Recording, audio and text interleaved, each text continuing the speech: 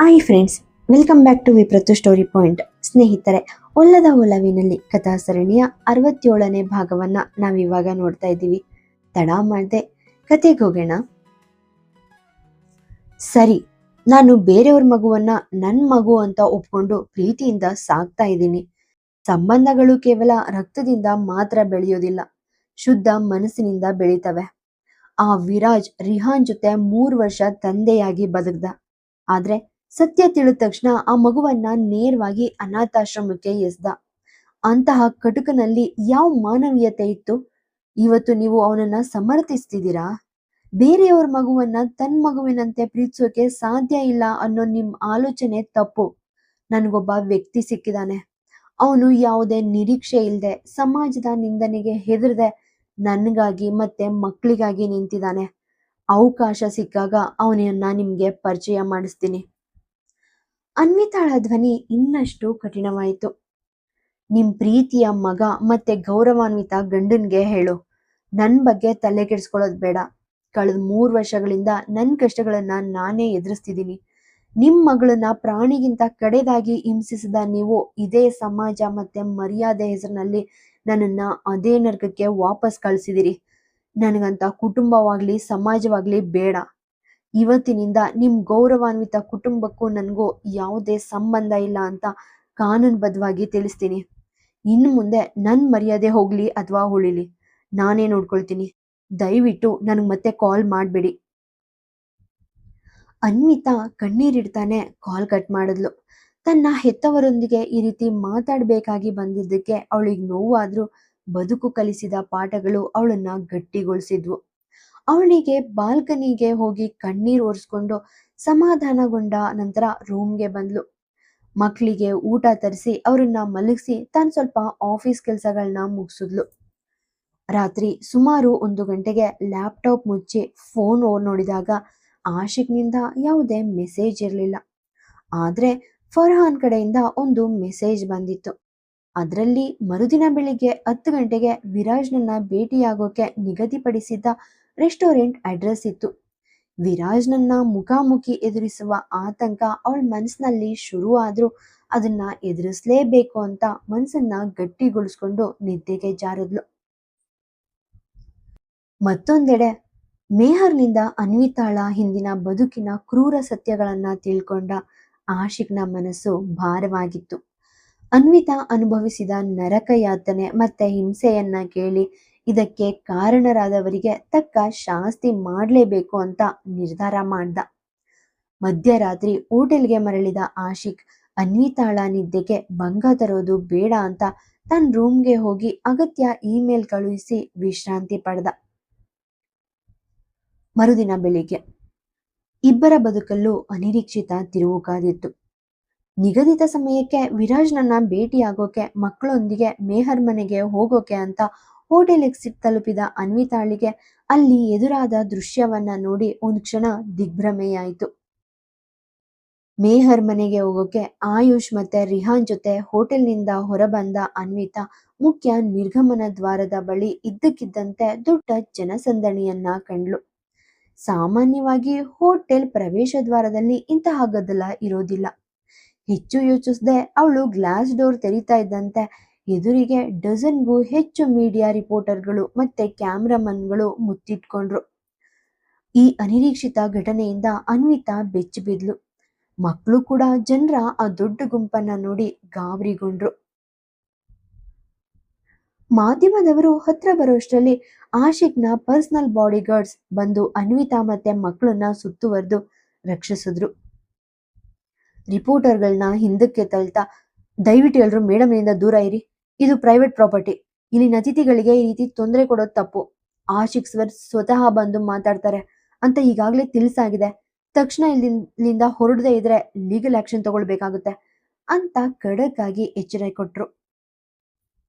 ಆದ್ರೆ ಒಬ್ಬ ರಿಪೋರ್ಟರ್ ಅನ್ವಿತಾಳ ಕಡೆಗೆ ಮೈಕ್ ಚಾಚಿ ಜೋರಾಗಿ ಕೂಗ್ದ, ಅನ್ವಿತಾ ಅವರೇ, ನಿಮ್ ಮಗನ ತಂದೆ ಆಶಿಕ್ ಜೋಯಿಶ್ ಎಂಬ ಸತ್ಯವನ್ನ ಇಷ್ಟು ದಿನ ಪ್ರಪಂಚದಿಂದ ಯಾಕೆ ಮುಚ್ಚಿಟ್ಟಿದ್ದೀರಿ?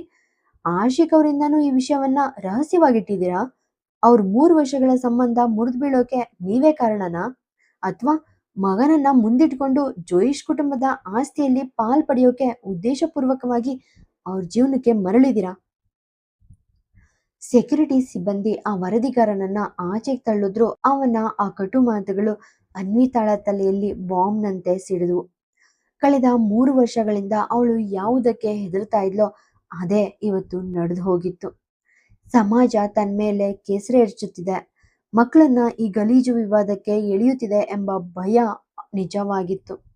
ಆ ಗದ್ದಲದ ನಡುವೆ ಆಯುಷ್ ಭಯದಿಂದ ಅಳ್ತಾ ಅನ್ವಿತಾಳ ಕಾಲನ್ನ ತಬ್ಕೊಂಡ. ಅನ್ವಿತಾ ತನ್ನ ಆತಂಕವನ್ನ ಬದಿಗಿಟ್ಟು ಮಗನನ್ನ ಎತ್ಕೊಂಡು ತನ್ನ ಭುಜದ ಮೇಲೆ ಮುಖ ಮುಚ್ಕೊಂಡ್ಲು. ಕ್ಯಾಮ್ರಾಗಳ ಫ್ಲಾಶ್ ಬೆಳಕುಗಳು ಕಣ್ಣು ಕುಗ್ತಾ ಇದ್ವು. ಅದೇ ಕ್ಷಣದಲ್ಲಿ ದುಬಾರಿ ಕಾರುಗಳ ಬೆಂಗಾವಲು ಹೋಟೆಲ್ ಮುಂದೆ ಬಂದ್ ನಿಂತಿತು. ನಿಹಾರಿಕಾ ಜೋಯಿಶ್ ಕಾರಿನಿಂದ ಕೆಳಗಿಳಿತಾ ಇದ್ದಂತೆ ಮಾಧ್ಯಮಗಳ ಗಮನ ಸಂಪೂರ್ಣವಾಗಿ ಅವ್ರ ಕಡೆಗೆ ತಿರುಗಿತು. ಈ ಗ್ಯಾಪ್ ಬಳಸ್ಕೊಂಡ ಬಾಡಿ ಗಾರ್ಡ್ಸ್ ತಕ್ಷಣ ಅನ್ವಿತಾ ಮತ್ತೆ ಮಕ್ಕಳನ್ನ ಸುರಕ್ಷಿತವಾಗಿ ಹೋಟೆಲ್ ಒಳಗೆ ಕಳಿಸಿದ್ರು. ಅನ್ವಿತಾ ನಡುಗುವ ಕಾಲುಗಳಿಂದ ಮಕ್ಕಳೊಂದಿಗೆ ತನ್ನ ರೂಮ್ಗೆ ಓಡ್ ಬಂದು ಬಾಗ್ಲು ಲಾಕ್ ಮಾಡಿದ್ಲು. ಮಕ್ಕಳನ್ನ ಸೋಫಾದ ಮೇಲೆ ಕೂರಿಸಿ ತಾನು ಕುಸಿದ್ ಬಿದ್ಲು. ಆಯುಷ್ ಅಳ್ತಾ ಇದ್ದ. ರಿಹಾನ್ ತಾಯಿಯ ಮಡ್ಲಲ್ಲಿ ತಲೆ ಇಟ್ಟು ಶಾಂತವಾಗಿ ಮಲಗಿದ್ದ. ಅಷ್ಟರಲ್ಲಿ ಫೋನ್ ರಿಂಗ್ ಆಯ್ತು. ಫರ್ಹಾನ್ ಕಾಲ್ ಮಾಡಿ, ಅನ್ವಿತಾ, ನೀನ್ ಆರಾಮಾಗಿದ್ದೀಯಾ ಅಲ್ವಾ? ಟಿವಿ ನ್ಯೂಸ್ನಲ್ಲಿ ಹೋಟೆಲ್ ಗದ್ದಲ ನೋಡ್ತಾ ಇದ್ವಿ. ಗಾಬರಿ ಆಗ್ಬೇಡ, ಮಕ್ಕಳನ್ನ ನಿಭಾಯಿಸು. ನಾನು ಮತ್ತೆ ಮೆಹರ್ ಅರ್ಧ ಗಂಟೆಯಲ್ಲಿ ಅಲ್ಲಿಗೆ ಬರ್ತೀವಿ. ನಿಹಾರಿಕಾ ಕೂಡ ಹೋಟೆಲ್ ತಲುಪಿದ್ದಾರೆ. ಅವರು ನೀನ್ ಬಳಿ ಬಂದ್ರೆ ಪರಿಸ್ಥಿತಿಯನ್ನ ಸಮಾಧಾನದಿಂದ ವಿವರಿಸಿ ಹೇಳು. ಆಶಿಕ್ ಜೊತೆ ಮಾತಾಡೋಕೆ ಟ್ರೈ ಮಾಡು ಅಂತ ಹೇಳ್ದ. ಫರ್ಹಾನ್ ಕಾಲ್ ಕಟ್ ಆದ ತಕ್ಷಣ ಅನ್ವಿತಾ ಆಶಿಕ್ಗೆ ಸತತವಾಗಿ 5 ಬಾರಿ ಕಾಲ್ ಮಾಡಿದ್ಲು. ಆದ್ರೆ ಅವನ್ ಫೋನ್ ನಾಟ್ ರೀಚಬಲ್ ಆಗಿತ್ತು.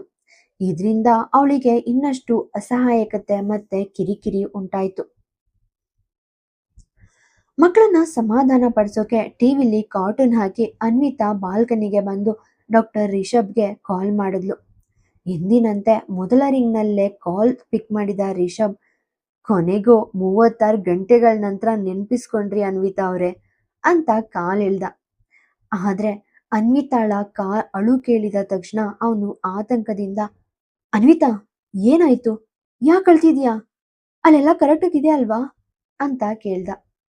ಅನ್ವಿತಾ ಬಿಕ್ಕಳಿಸ್ತಾ ಕಳೆದ ಕೆಲವೇ ಗಂಟೆಗಳಲ್ಲಿ ನಡೆದ ಎಲ್ಲ ಘಟನೆಗಳನ್ನ ವಿವರಿಸಿದ್ಲು. ಎಲ್ಲವನ್ನ ಕೇಳಿಸಿಕೊಂಡ ರಿಷಬ್ ಗಂಭೀರವಾಗಿ ಹೇಳ್ದ, ಅನ್ವಿತಾ, ಪ್ರತಿಯೊಂದು ಯುದ್ಧವನ್ನ ನೇರವಾಗಿ ಹೋರಾಡನೆ ಗೆಲ್ಬೇಕು ಅಂತ ಏನಿಲ್ಲ.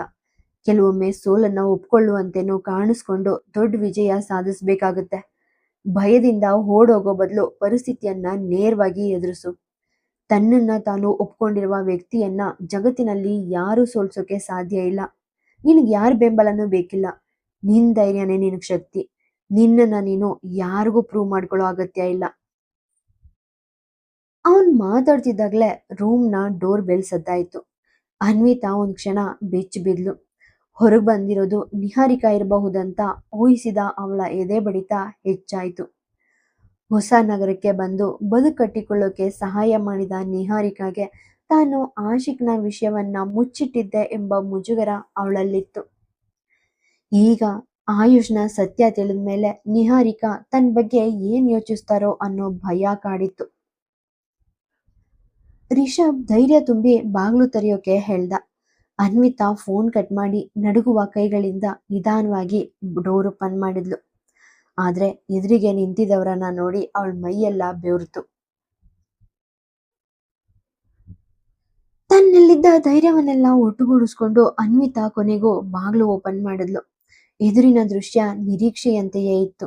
ಹೊರಗೆ ನಿಹಾರಿಕಾ ಜೋಯಿಶ್ ತನ್ನ ಬೌನ್ಸರ್ಗಳೊಂದಿಗೆ ನಿಂತಿದ್ರು.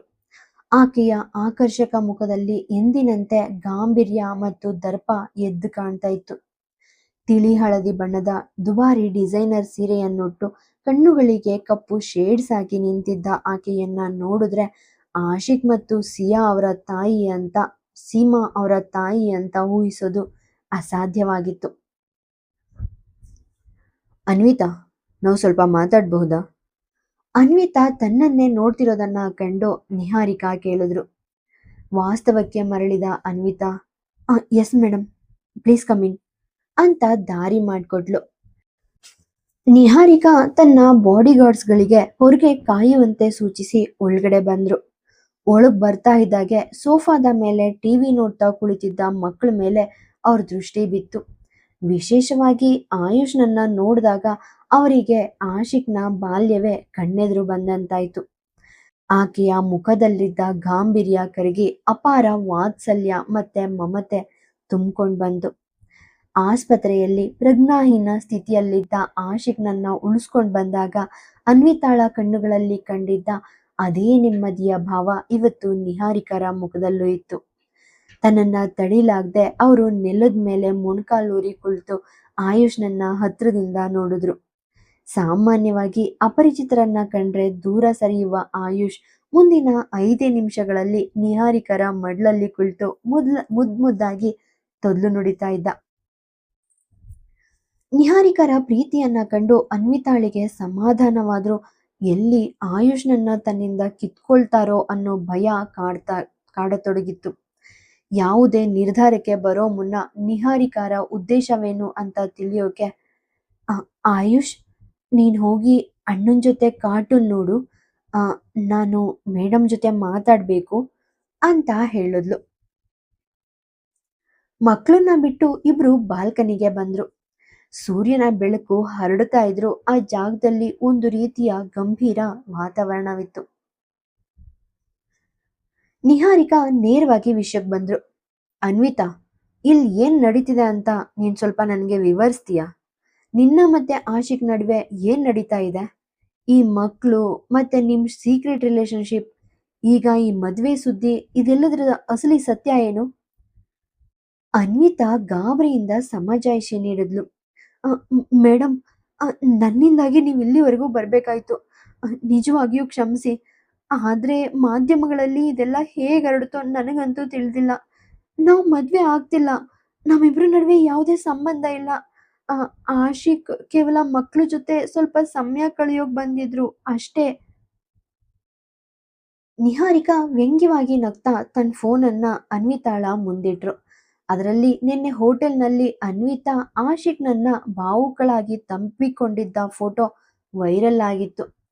ಆಶಿಕ್ ಜೋಯಿಶ್ ಕೊನೆಗೂ ತನ್ನ ರಹಸ್ಯ ಗೆಳತಿಯನ್ನ ಮದ್ವೆ ಆಗ್ತಿದ್ದಾನೆ ಎಂಬ ಹೆಡ್ಲೈನ್ ಜೊತೆಗಿತ್ತು. ಹಾಗಾದ್ರೆ ಮಾಧ್ಯಮಗಳಲ್ಲಿ ಬೆಂಕಿಯಂತೆ ಹರಡ್ತಿರೋ ಈ ಫೋಟೋ ನಕಲಿನಾ ಅನ್ವಿತಾ? ಅಥವಾ ನಿನ್ ಕಣ್ಣುಗಳು ಹೇಳೋ ಸತ್ಯವನ್ನ ನೀನ್ ನಾಲ್ಗೆ ಮುಚ್ಚಿಡ್ತಿದ್ಯಾ ಅಂತ ನಿಹಾರಿಕಾ ಕೇಳಿದ್ರು. ಅನ್ವಿತಾ ಹಿಂಜರಿತಾ, ಮೇಡಮ್, ಆ ಕ್ಷಣದ ಭಾವುಕತೆಯನ್ನ ತಡ್ಕೊಳ್ಳೋಕೆ ಸಾಧ್ಯವಾಗದೆ ಹಾಗ್ ಮಾಡ್ದೆ. ಆಶಿಕ್ ಬಿಟ್ರೆ ನನ್ನ ನೋವನ್ನ ಅರ್ಥ ಮಾಡ್ಕೊಳ್ಳೋರು ಯಾರೂ ಇಲ್ಲ.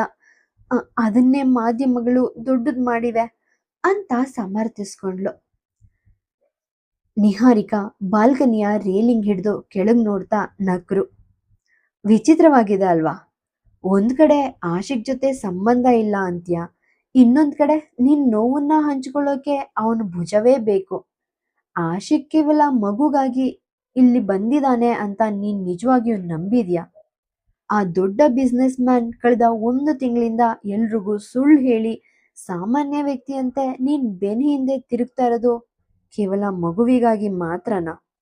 ಮಕ್ಕಳು ತಮ್ಮ ಪೋಷಕರ ಕಣ್ಣಿಗೆ ಮಣ್ಣೆರ್ಚೋಕೆ ಸಾಧ್ಯ ಇಲ್ಲ. ಸ್ವಲ್ಪ ನಿಲ್ಲಿಸಿ ನಿಹಾರಿಕಾ ಮುಂದುವರಿಸಿದ್ರು.